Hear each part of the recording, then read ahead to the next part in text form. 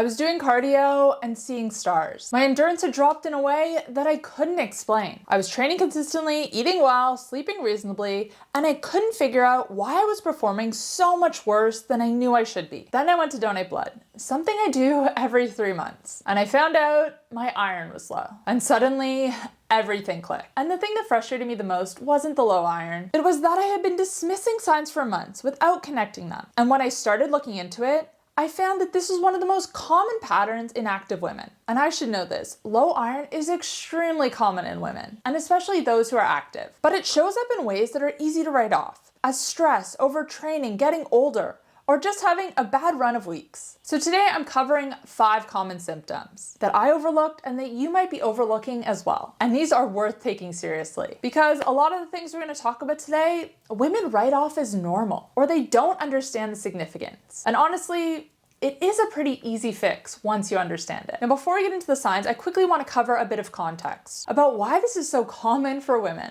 Women are significantly more likely to be iron deficient than men, and there's a few specific reasons for this. The menstrual cycle being the most significant one. Blood loss each month means iron is lost regularly, and for women with heavier periods, that loss can be substantial. The problem is that period-related fatigue and symptoms are so normalized. Women often write off low iron symptoms as just a part of their cycle. Diet is also another major factor. Women are more likely to avoid or reduce red meat, which is the most bioavailable source of heme iron. And there's a persistent myth that plant-based iron sources, spinach being the most famous example, are adequate substitutes. They're not even close. The iron in spinach and other plant foods is non-heme iron, which is absorbed at a fraction of the rate of heme iron from animal sources.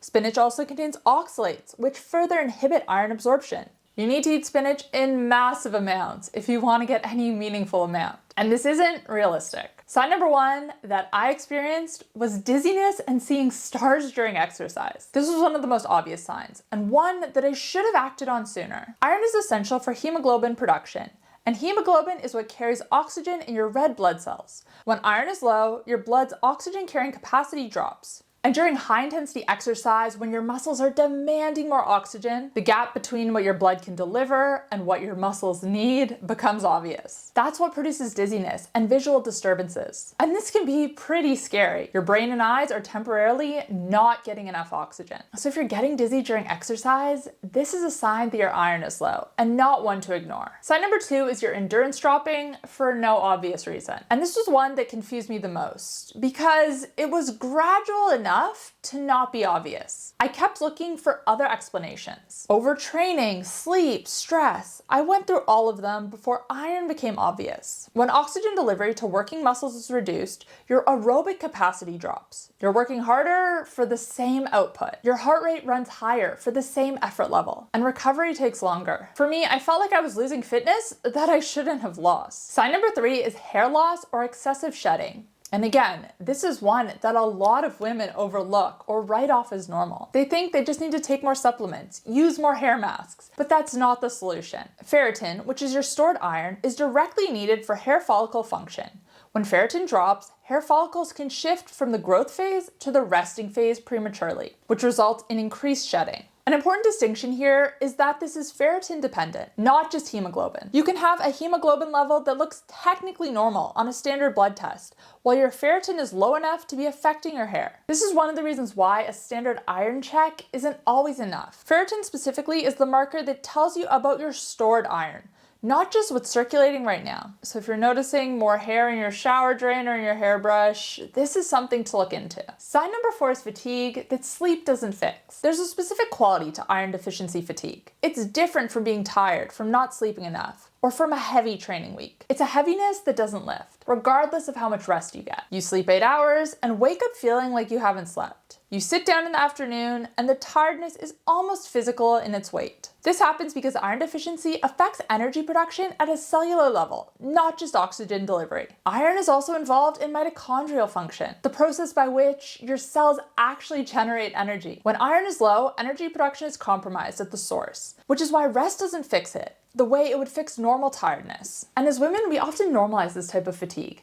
especially around our period, but it might not be normal. Sign number 5 is brain fog fog, and difficulty concentrating. Iron is required for dopamine synthesis and adequate oxygen delivery to the brain. When iron is low, both of these are compromised. The result is a kind of cognitive difficulty. This can make it hard to focus, to think clearly, or retain information. We often describe this as brain fog. This is the sign most likely to be attributed to stress, hormones, or just being busy. So if you find yourself reading the same paragraph 3 times, losing your train of thought, it could be low iron. Okay, so those are the signs, but what can you actually do about it? Well, food should always be the first thing you turn to. If any of these signs resonate, the first place to start is with your diet. And specifically, you want to get more heme iron from animal sources. Red meat is the most bioavailable source of heme iron. A 100-gram serve of beef provides a meaningful amount of iron in a form your body can absorb efficiently, significantly more absorbable than the same amount of iron from plant sources. Yes, spinach included. If you're an active woman with a regular menstrual cycle who is avoiding or limiting red meat, you are putting yourself at a higher risk of iron deficiency. And this is where a butcher crowd can come in. Premium grass-fed, pasture-raised beef delivered to your door Australia-wide. If you're going to use red meat as your primary iron source, which I'd argue active women should be doing,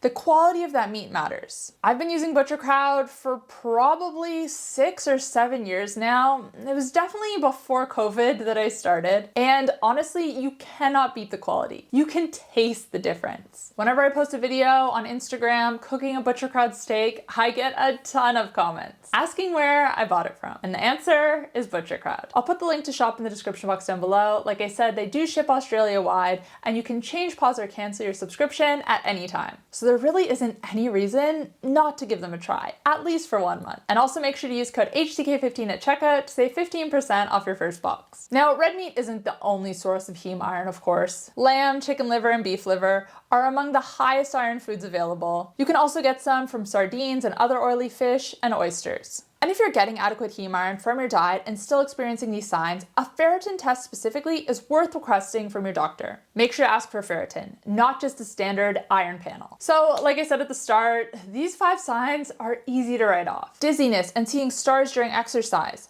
unexplained endurance drops, hair loss and excessive shedding, fatigue that sleep doesn't fix, and brain fog and difficulty concentrating. Women are disproportionately impacted by low iron, mainly due to our monthly blood loss and trying to rely on plant-based iron sources. Honestly, if you don't eat a lot of red meat and you're experiencing these signs, that can make a big difference. Don't be afraid of it. Red meat is a health food, and it's one of the best sources of iron. Now, if you did enjoy this video, you might also enjoy my video on creatine and what happened when I took 10 grams of creatine every single day. I'll link that on the screen now. Thanks guys for watching, and I'll see you in the next one. Bye.